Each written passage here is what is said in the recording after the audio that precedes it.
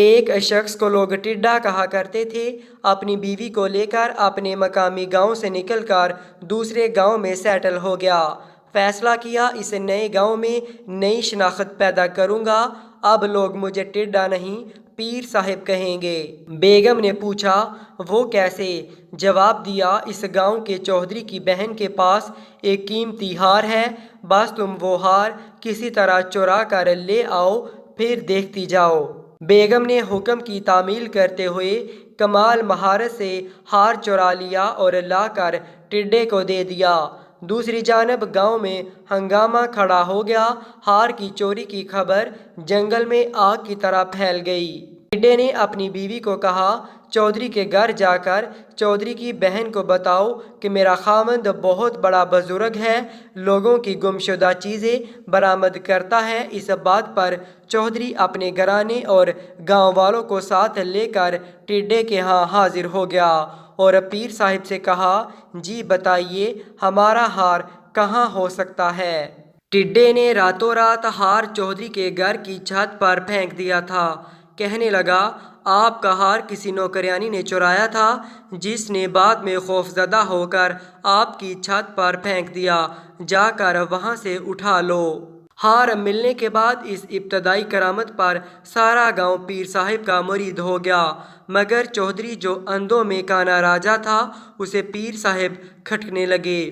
چودھری نے گاؤں والوں کو سمجھایا کہ یہ شخص مجھے فراڈیا معلوم ہوتا ہے، مگر گاؤں والے انکار کرتے رہے۔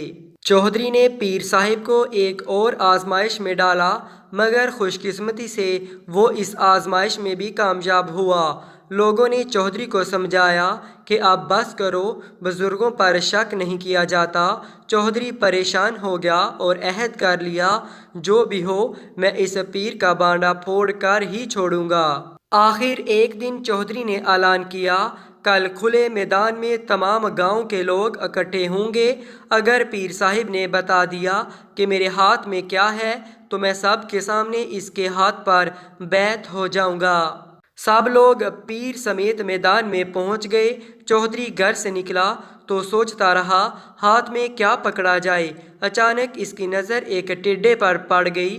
اس نے پکڑنے کے لیے ہاتھ بڑھایا تو وہ پھدک گیا، پھر ہاتھ بڑھایا پھر پھدک گیا۔